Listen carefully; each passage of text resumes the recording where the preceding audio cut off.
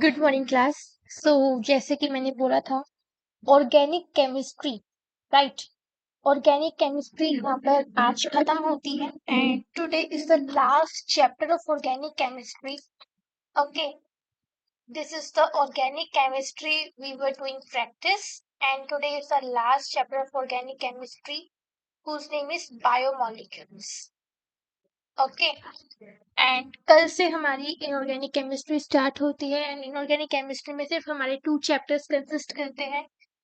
Organic chemistry जैसा कि आपको पता है, अगर कोई शुरू से ही बिगनिंग से ही मेरी सीरीज देख रहा है तो ऑर्गेनिक केमिस्ट्री हमारी 33% मार्क्स कैरी करती है in the chemistry exam. Okay, chemistry के 3 टाइप्स है, physical chemistry, inorganic chemistry, organic chemistry. Organic chemistry आज पूरी तरह कंप्लीट है, मतलब पूरी तरह कंप्लीट है मतलब हमारे 33% पूरी तरह से कंप्लीट है। ओके, अब जो बचे बाकी के परसेंट हम उसको जल्दी से ही कंप्लीट कर लेंगे, कल से हमारी इनऑर्गेनिक स्टार्ट हो जाएगी। सो ज्यादा देरी ना करते हुए ऑर्गेनिक क्या लास्ट एक्टिंग करते हैं। Today is the last chapter of organic chemistry, that is biomolecules. So here is the ready short notes of biomolecules of class 12th board exam, right? अगर किसी ने नोट्स नहीं बनाए हैं ना, किसी को भी जरूरत चाहिए तो प्लीज वॉच द सीरीज। यहाँ पे शॉर्ट नोट्स ऑलरेडी अवेलेबल है, रेडी है। ओके, रेडीमेड नोट्स है, ठीक है। आपको बस क्या करना है, वीडियो को पोस्ट करके उनको नोटबुक में लिखना है, दैट्स ऑल। और कुछ काम नहीं है, ठीक है। वीडियो देख देख के नोट्स बनाएंगे तो ज्यादा मजा आएगा पढ़ने का, ठीक है। तो ज्यादा देरी ना करते हुए let's start. What is biomolecules? Biomolecules कुछ ऑर्गेनिक कंपाउंड्स है जो हमारी लाइफ के लिए बहुत ही इंपॉर्टेंट होते हैं, जैसे कि carbohydrates, proteins, lipids and nucleic acids.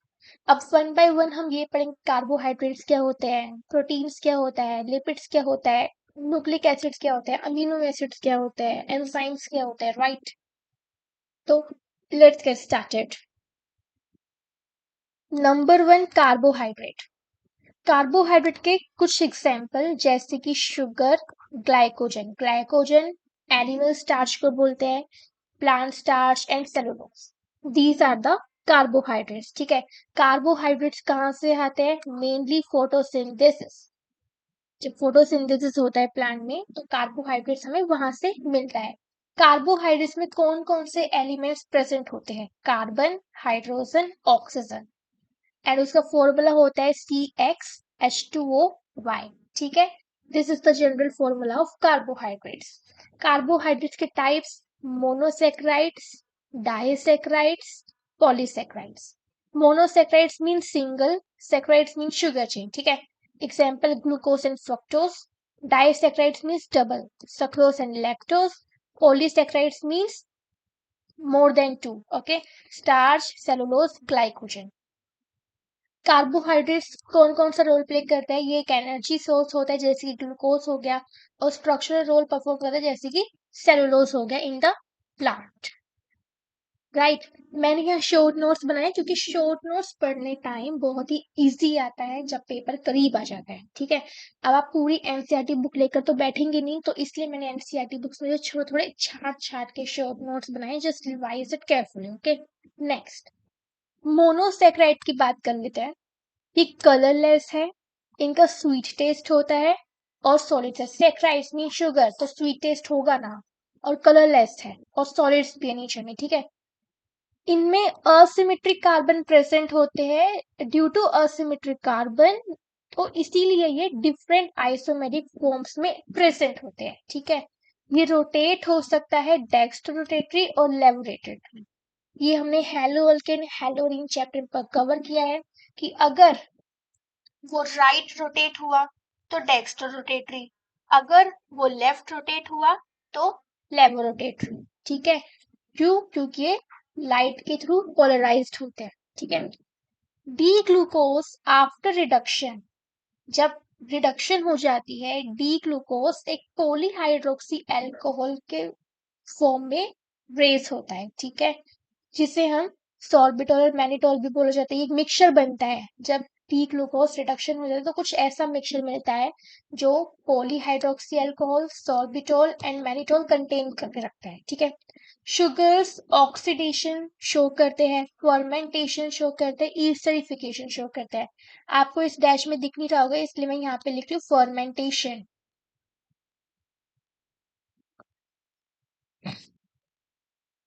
ठीक है।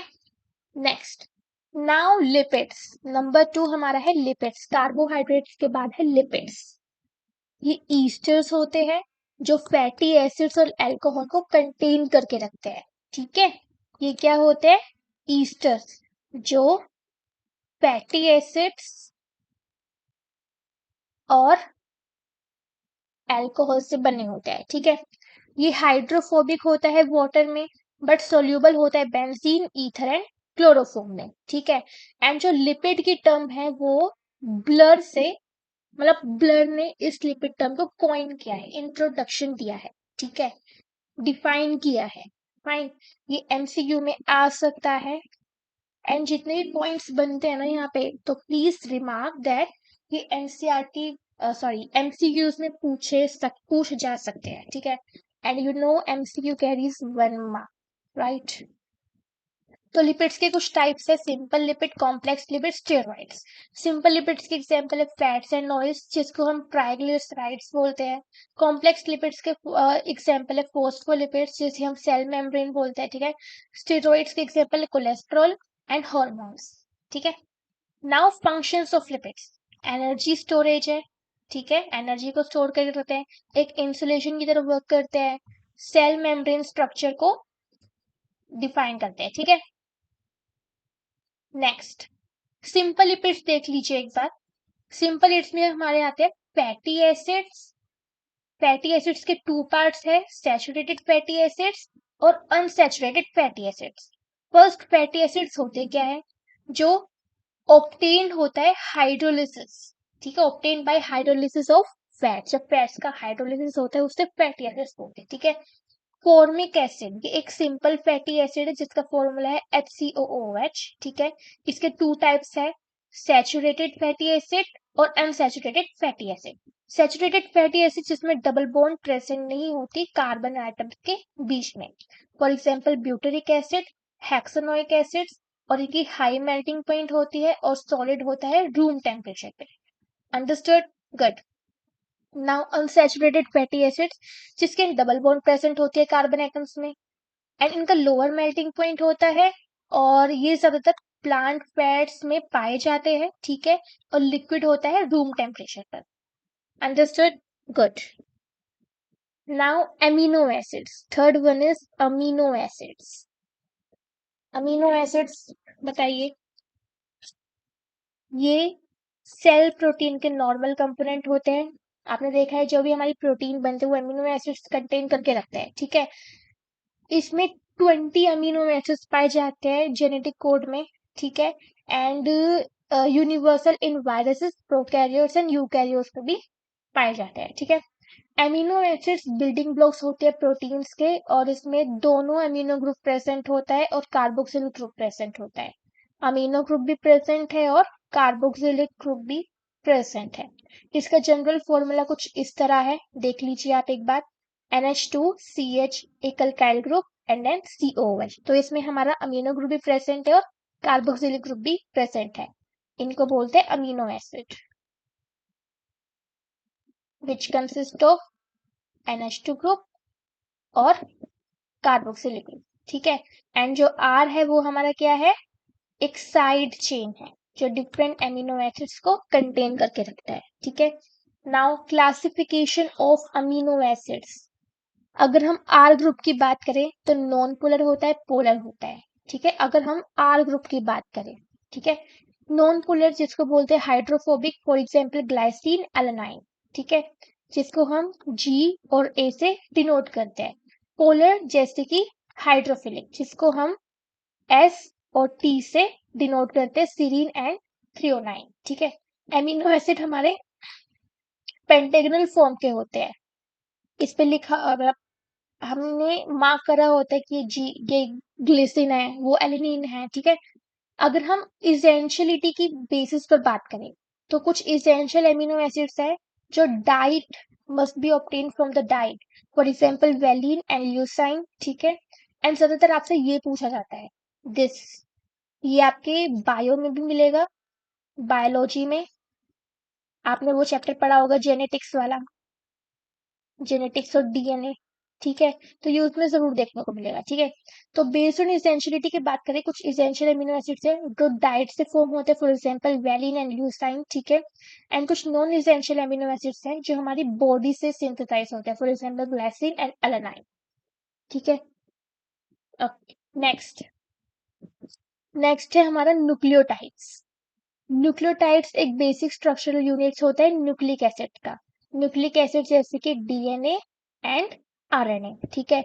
ये जेनेटिक इंफॉर्मेशन, मतलब जेनेटिकली इंफॉर्मेशन स्टोर करने के लिए और इंफॉर्मेशन ट्रांसफर करने के लिए बहुत इंपॉर्टेंट रोल प्ले करता है, ठीक है। अगर हम स्ट्रक्चर की बात करें न्यूक्लियोटाइड की, तो वो थ्री कंपोनेंट्स को कंप्रोमाइज करते हैं। One is nitrogenous base, second is pentose sugar and third is phosphate group.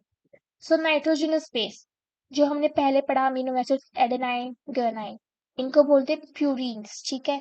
Cytosine thymine जो डीएनए में प्रेजेंट होता है, और यूरेसिल जो आरएनए में प्रेजेंट होता है, उनको बोलते हैं pyrimidines, okay.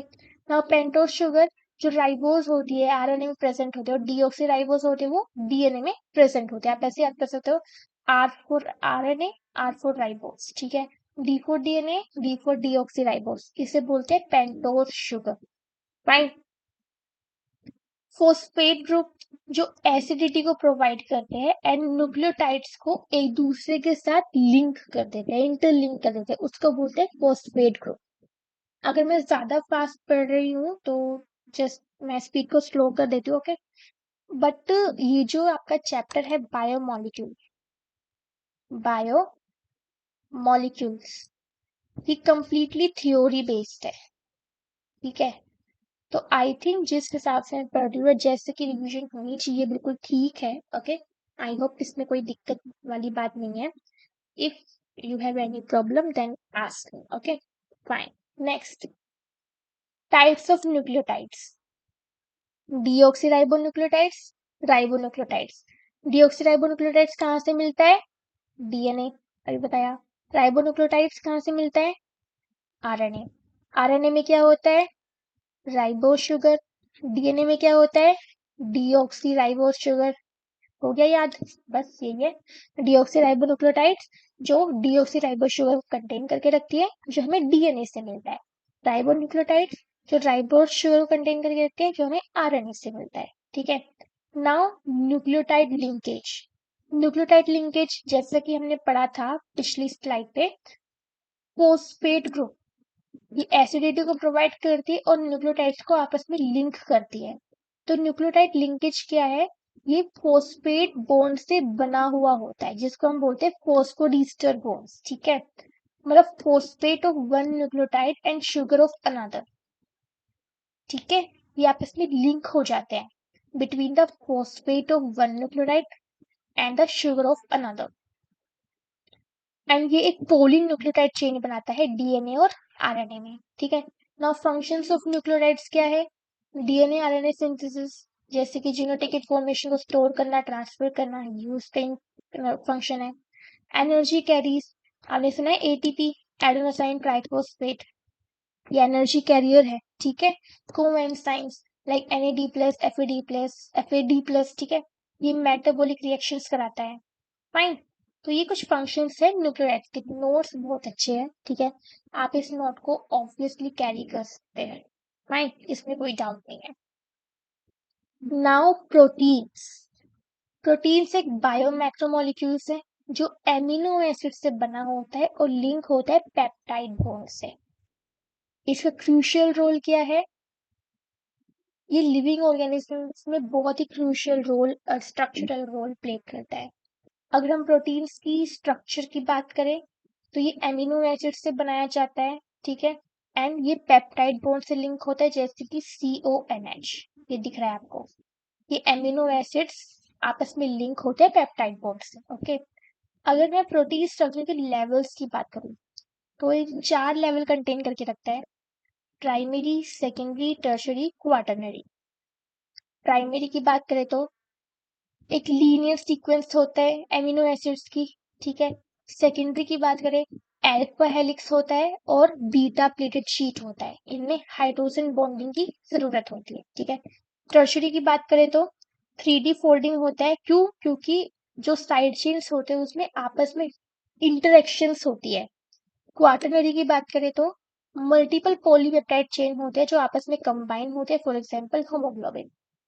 Okay, now classification of proteins, fibrous proteins and globular protein.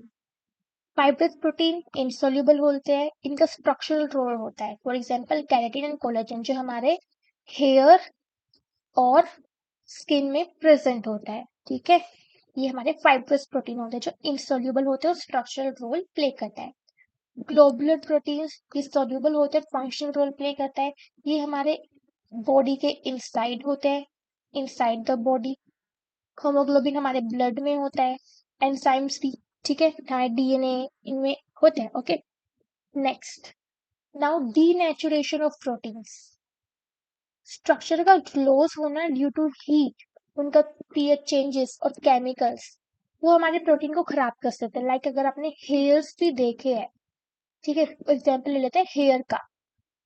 आप धूप में जाते हो बाहर, तो धूप आती है, अलग अलग शैम्पू से रोज बालों को धोते हो, कभी हेड एंड शोल्डर ले लिया, कभी लॉरियल ले लिया, कभी सनसिल्क ले लिया, कभी कुछ ले लिया, ठीक है।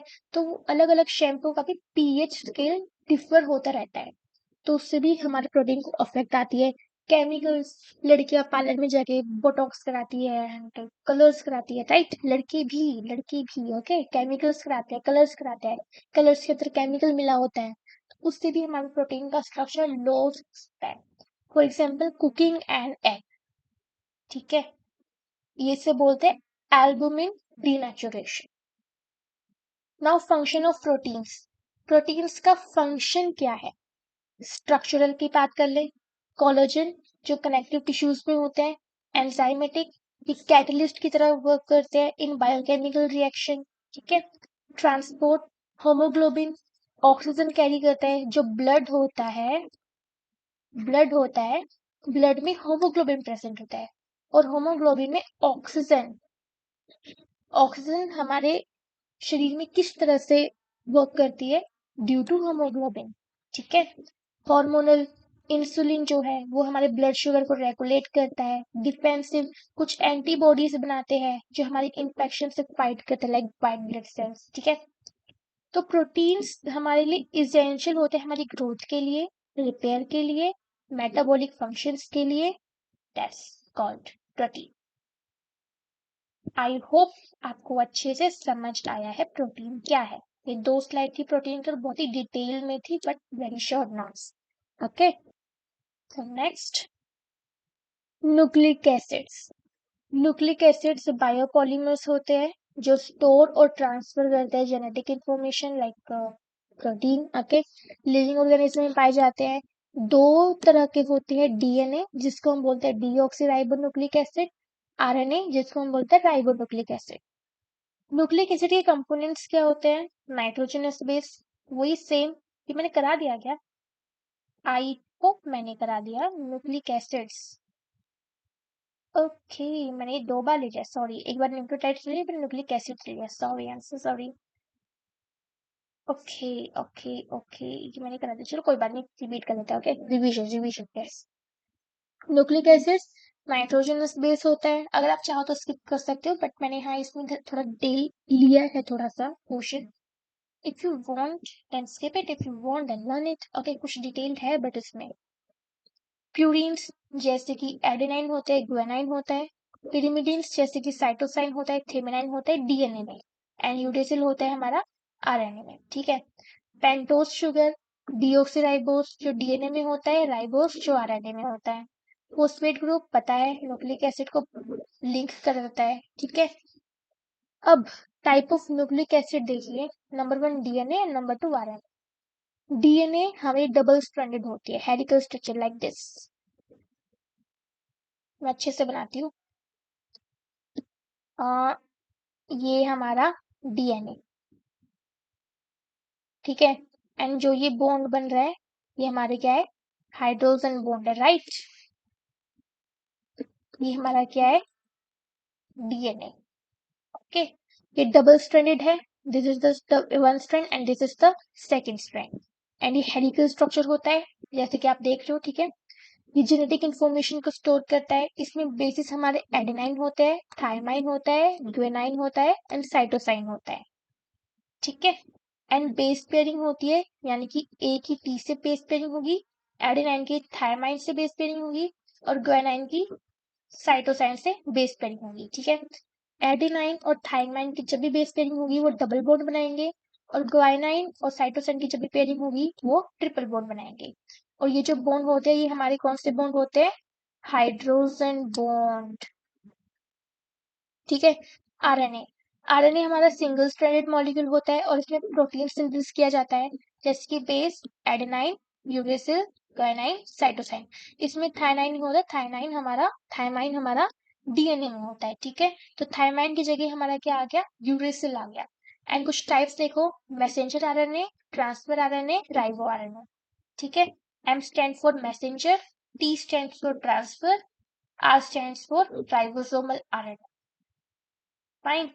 ओके, नेक्स्ट, ये जो न्यूक्लिक एसिड्स है ना, आपको अच्छे से बायोलॉजी में बहुत अच्छे मिलेंगे जेनेटिक वाले चैप्टर में, ठीक है। Now functions of nucleic acids, DNA क्या करता है, डीएनए हमारी जेनेटिक इंफॉर्मेशन को स्टोर और ट्रांसफर करता है। आरएनए क्या करता है, प्रोटीन सिंथेसिस करने में हेल्प करता है। एटीपी क्या करता है, ये एक एनर्जी कैरियर है, यू नो वेरी वेल, ठीक है। एटीपी की फुल फॉर्म है adenosine triphosphate. Nucleic acid essential इसलिए होते हैं क्योंकि वो हेरिडिटी को प्रमोट करते हैं, प्रोटीन सिंथेसिस, सेलुलर फंक्शन, ये सारे लिविंग ऑर्गेनिजम्स में पाए जाते हैं nucleic acids. Next enzymes, I think ये नहीं हुआ क्या, ये नहीं हुआ, या ये नहीं हुआ। एंजाइम्स कुछ कुछ टॉपिक्स इंटर रिलेटेड है ना, तो इसलिए मुझे लगा कि हो गया, कोई बात नहीं, I just focused. Now enzymes, enzymes is biological catalyst है, ठीक है, जो केमिकल रिएक्शन की स्पीड को इंक्रीज कर देता है। आपने देखा है कि अगर कोई रिएक्शन है ए, वो बी को प्रमोट कर रहा है, प्रोड्यूस कर रहा है, तो इसमें हम एक कैटलिस्ट डालते हैं यहाँ पे, लाइक एच पॉजिटिव कर दिया, बी आर कर दिया, ठीक है। ये वर्क करते हैं कैटलिस्ट की तरह, और जो कैटलिस्ट होता है वही हमारा एंजाइम करता है। तो यहाँ पे एंजाइम क्या वर्क कर रहा है कि ए को बी जल्दी बनाने की कोशिश कर रहा है, मीन्स हमारी केमिकल रिएक्शन को स्पीड अप कर रहा है, ठीक है।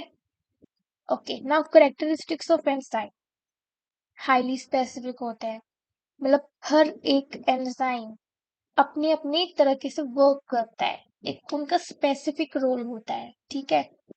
अपने टेम्परेचर और पीएच पे वर्क करना, लाइक जो भी मोस्ट एंजाइम होते हैं वो हमारे बॉडी टेम्परेचर की तरफ वर्क करते हैं, 37 डिग्री सेल्सियस अप्रॉक्स, और उनका स्पेसिफिक पीएच होता है, ठीक है।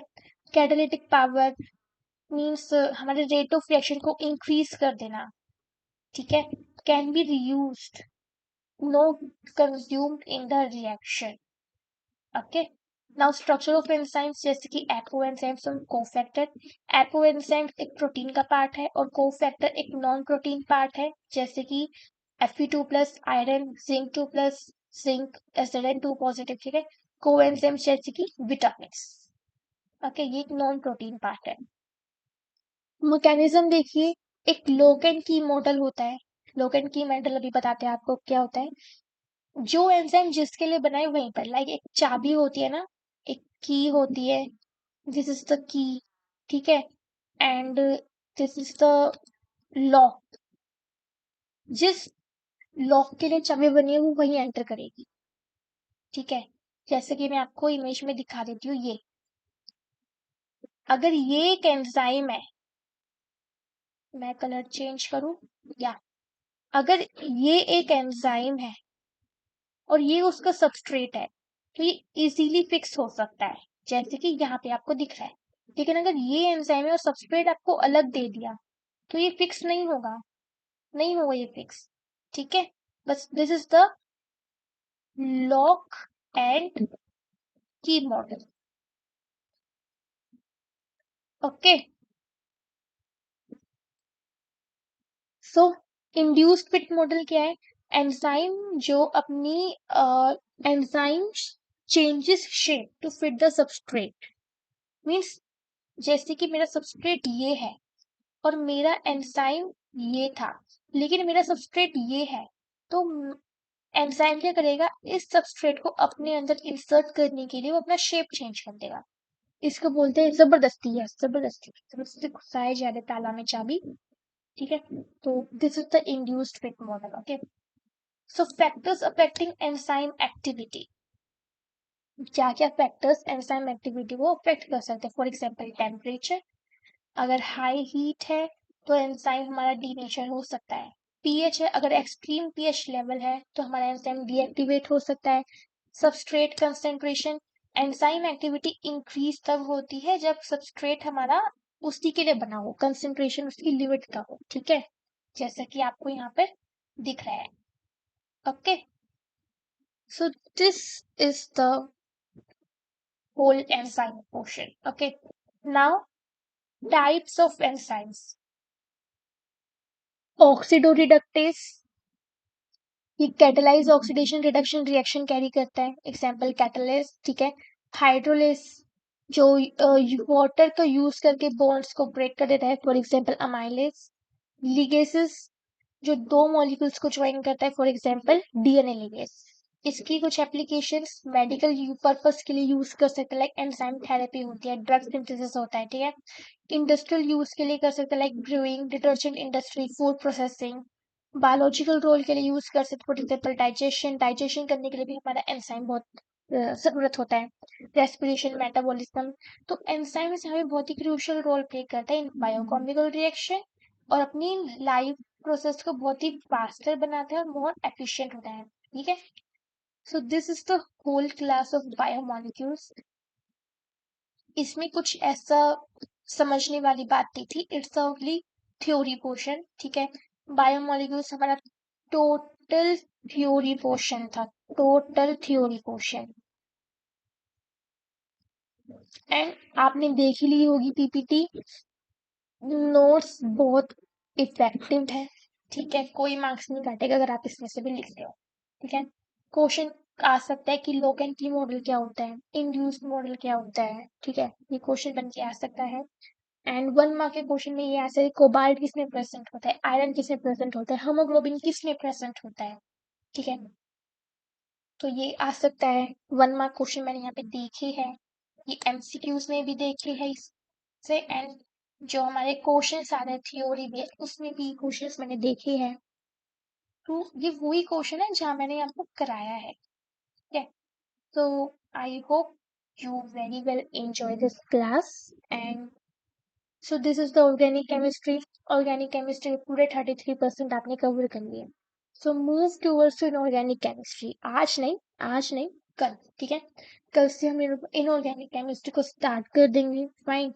एंड जैसे जैसे ही हमारी देखते देखते ऑर्गेनिक केमिस्ट्री जल्दी से खत्म होगी, वैसे ही हम शॉर्ट नोट्स के थ्रू, रिवीजन करते थ्रू इनऑर्गेनिक केमिस्ट्री भी अच्छे से रिवाइज कर लेंगे। Okay, so have a nice day, best of luck for the exam. Okay, goodbye, sorry, bye bye.